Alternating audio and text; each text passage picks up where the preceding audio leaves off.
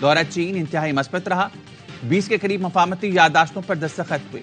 بیرونی سرمایہ کاری سے ملک میں معاشی استحکام آئے گا۔ بیجنگ میں کئی ممالک کے سربراہان سے اہم ملاقاتیں ہوئیں۔ کینیا کے صدر سے ارشد شریف کے قتل کی تحقیقات پر تفصیلی گفتگو ہوئی۔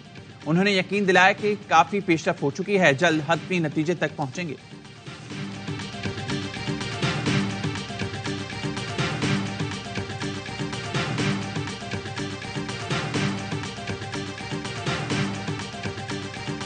قیمتوں میں 200% تک اضافہ، گھریلو صارفین کے لیے گیس 172% تک مہنگی ہوگی۔ اقتصادی رابطہ کمیٹی نے گیس قیمتوں میں اضافے کی سمری منظور کر لی۔ حکومت نے صارفین پر 395 ارب کا اضافی بوجھ ڈال دیا۔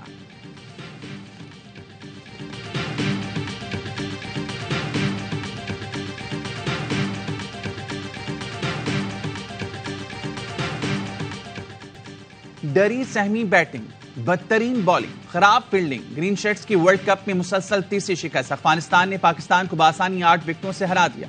پاکستان نے ٹاس جیت کر بیٹنگ کی۔ افغان سپنرز نے پاکستانی بیٹرز کو باندھ کر رکھا۔ امام نے 22 گیندوں پر 17 رنز بنائے اور چلتے بنے۔ بابر نے 74 رنز کے لیے 92 گیندیں کھیلی۔ سست بیٹنگ ٹیم کے کام نہیں آئی۔ افغان اوپنرز نے بے خوف بیٹنگ کی، پاکستانی بالرز وکٹ کو ترس گئے۔ افغان ٹیم نے 283 رنز کا ہدف بآسانی صرف 2 وکٹوں پر پورا کر دیا۔ ابتدائی 3 کھلاڑیوں نے نصف سینچریاں بنائی۔ کپتان حشمت اللہ نے 48 رنز کی ناقابل شکست اننگ کھیلی۔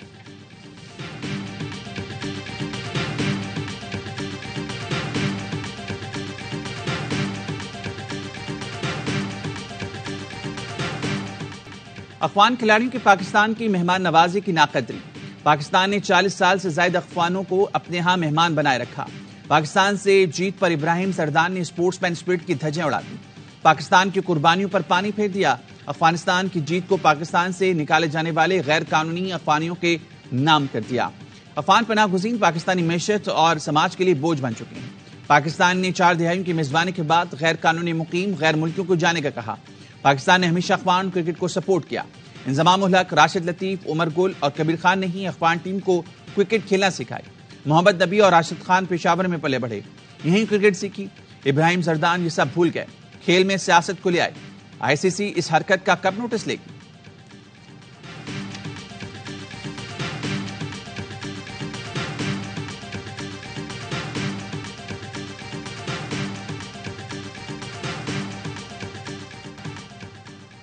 فیلڈنگ ذمہ داری اور جذبے کے ساتھ ہوتی ہے، وہ کھلاڑی میں نظر نہیں آیا۔ کپتان بابر اعظم بولے، کبھی بیٹنگ خراب ہو جاتی ہے، کبھی بالنگ تو کبھی فیلڈنگ۔ ہم نے رنز بنا لیے تھے مگر بالنگ اور فیلڈنگ میں ٹھیک نہیں کیا۔ افغانستان کے خلاف شکست پر شائقین کرکٹ پھٹ پڑے، کہتے ہیں گرین شرٹس کے لیے ڈوب مرنے کا مقام ہے، ٹیم بوریا بستر باندھ کر واپس آ جائے۔ بابر اعظم کے سست بیٹنگ سے ٹیم کو نقصان ہو رہا ہے۔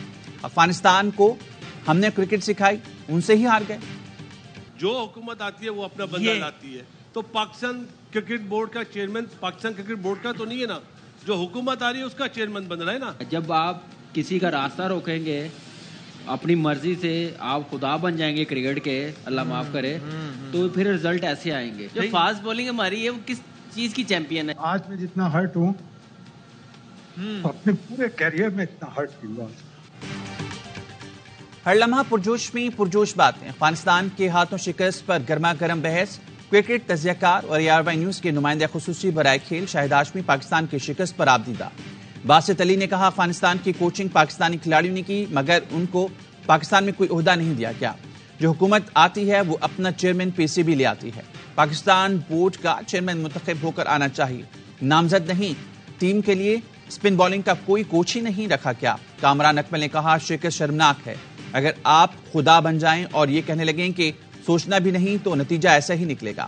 اس ٹیم کا معیار اوپر ہو گیا جو ہم سے سیکھ کر گئے، آج ہم نے اسی کی دہائی کی کرکٹ کھیلی۔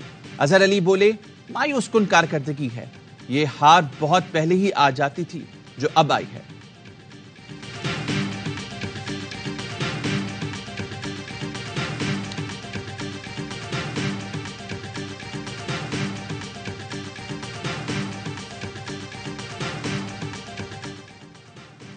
طلبہ ملک کو درپیش چیلنجز کا ادراک کر کے تجزیہ کریں، ذہانت اور فکری وسائل سے چیلنجز کا حل تلاش کریں۔ Army chief general Asim Munir کا national university of science and technology کا سالانہ کنووکیشن سے خطاب۔ کہا تعلیم ایک آپشن نہیں بلکہ ضرورت ہے، نسل قوم کے لیے بہترین معمار تیار کر رہی ہے۔ Army chief general Syed Asim منی نے طلبہ میں اعزازات تقسیم کیے، 7 بنیادی مضامین کے 3500 سے زائد گریجویٹس کو ڈگریاں دی گئیں۔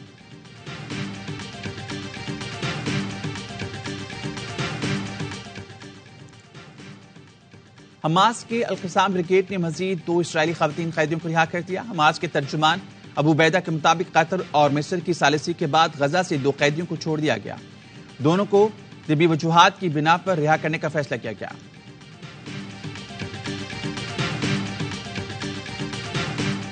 غزہ میں اسرائیلی دہشت گردی کے بعد رلا دینے والے مناظر۔ الشفا اسپتال میں کئی دنوں سے ڈیوٹی پر مامور فلسطینی ڈاکٹر عبدالرحمان عطا اللہ کا صبر اس وقت جواب دے گیا جب ہاسٹل میں لائی گئی لاشوں کا معائنہ کرتے ہوئے اس نے اپنے والد کی لاش دیکھی۔ ڈاکٹر عبدالرحمان پھوٹ پھوٹ کر روتا رہا۔ غزہ کی ایک ننھی بچی کو ڈاکٹرز بہلاتے رہے کہ اس کی والدہ زندہ ہے، مگر بچی نے کہا وہ اپنی ماں کو بالوں سے پہچانتی ہے، وہ میری ماں کی لاش ہے۔ اسرائیلی بمباری کے بعد غزہ کے اسپتالوں میں سہولیات کا فقدان، زخمیوں کا بے ہوش یا سن کے بغیر آپریشن کیا جا رہا ہے۔ ایک بچہ ٹانگ کی سرجری کے دوران قرآن پاک کی تلاوت کرتا رہا۔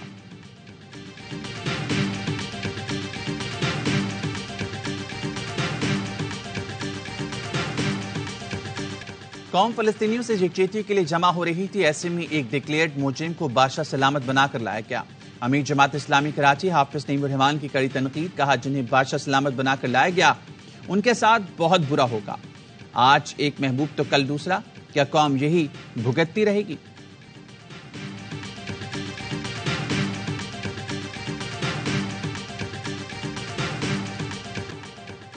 غیر قانونی طور پر مقیم غیر ملکیوں کو پاکستان چھوڑنے کی مہلت میں 7 دن باقی۔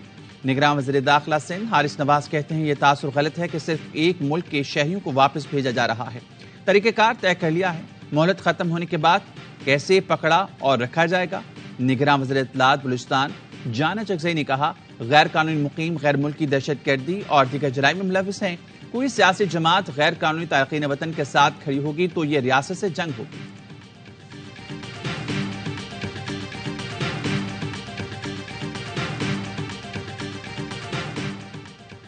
اور اسٹیٹ بینک کے آئی ٹی برآمد کنندگان اور فری لانسرز کی سہولت کے لیے نئے اقدامات، فارن کرنسی اکاؤنٹس میں برآمدی آمدنی رکھنے کی حد 35 سے بڑھا کر 50% کر دی۔ بینکوں کو برآمد کنندگان کو آن لائن ادائیگیوں کے لیے ڈیبٹ کارڈز جاری کرنے کی ہدایت۔ فری لانسرز اب کم از کم دستاویزی شرائط کے ساتھ ڈیجیٹل یا نارمل اکاؤنٹس کھول سکیں گے۔ پاکستانی روپے میں بنیادی اکاؤنٹ کے ساتھ ہی فری لانسرز کے اسپیشلائزڈ اکاؤنٹس کھول دیے جائیں گے۔